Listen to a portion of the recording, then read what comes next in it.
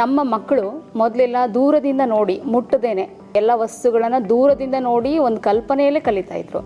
ಯಾವಾಗ ಕ್ರಿಯಾ program, lab stations ನಮ್ಮ ಸ್ಕೂಲಿಗೆ ಬಂತು, ಪ್ರತಿಯೊಂದು ಮಗು ತುಂಬ ಹತ್ತಿರ ಬಂದು ಪ್ರತಿಯೊಂದು ಮಟೀರಿಯಲ್ ಹೆಸರನ್ನು ಹೇಳಿ ಆ ಮಟೀರಿಯಲನ್ನು ಕೈಯಲ್ಲಿ ಮುಟ್ಟಿ ಸ್ವಂತ ಅನುಭವದಿಂದ ಕಲಿತಾ ತುಂಬ ಪ್ರಶ್ನೆಗಳನ್ನು ಕೇಳೋದಕ್ಕೆ ಸ್ಟಾರ್ಟ್ ಮಾಡ್ರೆ. ಆಫ್ಟರ್ 1 ಮಂತ್ ಮಕ್ಕಳಲ್ಲಿ ತುಂಬ ಬದಲಾವಣೆ ಆಯಿತು.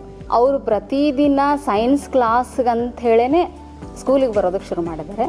ಮೊದಲೆಲ್ಲ ಕೆಲವು ಮಕ್ಕಳು ಏನೇನೋ ಚಿಕ್ಕ ರೀಸನ್ಸ್ಗಾಗಿ ಅಥವಾ ಕೆಲವು ಮಕ್ಕಳು ಲಾಂಗ್ ಅಬ್ಸೆಂಟಿಯಾಗಿ, ಯಾಕಂದರೆ ಹಳ್ಳಿಗಳಲ್ಲಿ ಅವರು ಹೊಲಗಳಲ್ಲಿ ಜಮೀನುಗಳಲ್ಲಿ ಅವ್ರ ಪೇರೆಂಟ್ಸ್ ಕೆಲಸ ಮಾಡ್ತಾ ಇರೋದ್ರಿಂದ ಆಳುಗಳ ಕೊರತೆ ಆಗಿರ್ಬೋದು, ಅಥವಾ ಅವ್ರ ಮನೆ ಕೆಲಸದಲ್ಲಿ ಸಮಸ್ಯೆ ಆದಾಗೆಲ್ಲ ಮಕ್ಕಳು ಸ್ಕೂಲ್ ತಪ್ಪಿಸ್ತಾ ಇದ್ರು, with permission and without permission.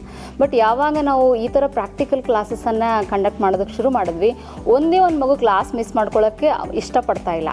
So ಎಲ್ಲ ಮಕ್ಕಳು ಸ್ಕೂಲಿಗೆ ಬರಬೇಕು, ನಾನು ಇವತ್ತು ಕ್ಲಾಸ್ ಮಿಸ್ ಮಾಡ್ಕೊಳ್ಬಾರ್ದು ಅನ್ನುವಂತಹ ಒಂದು ಒಪಿನಿಯನಲ್ಲಿ ಔಟ್ ಆಫ್ ಅಟೆಂಡೆನ್ಸ್ ನಮ್ಮ ಸ್ಕೂಲಲ್ಲಿದೆ.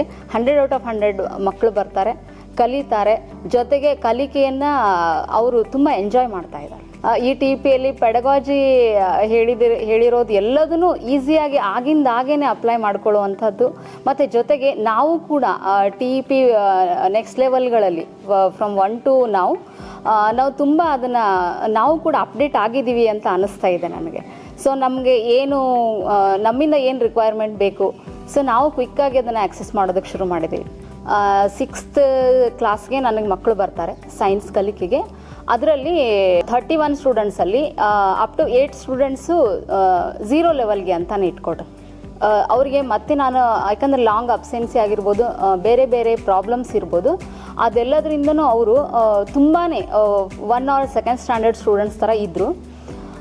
ಈಗ ಮಕ್ಕಳು 1 ಇಯರ್ ಈ ಸೈನ್ಸ್ ಕ್ಲಾಸಸ್ಸನ್ನು ಅಟೆಂಡ್ ಮಾಡಿದ್ಮೇಲೆ ಅವರಲ್ಲಿ ತುಂಬ ಬದಲಾವಣೆಗಳಾಗಿದ್ದಾವೆ. ಎಲ್ಲ ಕಾನ್ಸೆಪ್ಟ್ಸ್ನಲ್ಲೂ ಅವ್ರು ಈಕ್ವಲಾಗಿ ಪಾರ್ಟಿಸಿಪೇಟ್ಸ್ ಮಾಡ್ತಾ ಇದ್ದಾರೆ, ಎಸ್ಪೆಷಲಿ 8 ಸ್ಟೂಡೆಂಟ್ಸ್. ಅದರಲ್ಲಿ ಒಂದು ಮಗು ಕೂಡ ಅವಳು ಮೊದಲೆಲ್ಲ ಇನಿಷಿಯಲ್ ಕ್ಲಾಸಸ್ಸಲ್ಲಿ ಅವಳ ಹೆಸರನ್ನು ಕೂಡ ಹೇಳೋದಕ್ಕೆ ಹೆಸಿಟೇಟ್ ಮಾಡ್ಕೊಳ್ತಾ ಇದ್ಲು, ಯಾವುದ್ರಲ್ಲೂ ಪಾರ್ಟಿಸಿಪೇಟ್ ಮಾಡ್ತಾನೆ ಇರಲಿಲ್ಲ.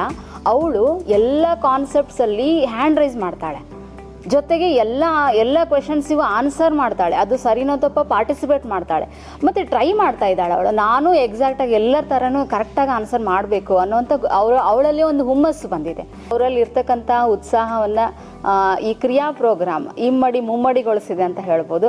ನಾವು ಒಂದು ಪ್ರೀ ಟೆಸ್ಟ್ ಅಂತ ತೊಗೊಳ್ತೀವಿ, ಬ್ರಿಡ್ಜ್ ಕೋರ್ಸ್ ಅಂತ ಮಾಡ್ತೀವಿ ಎಲ್ಲ ಗೌರ್ಮೆಂಟ್ ಸ್ಕೂಲ್ಸಲ್ಲೂ.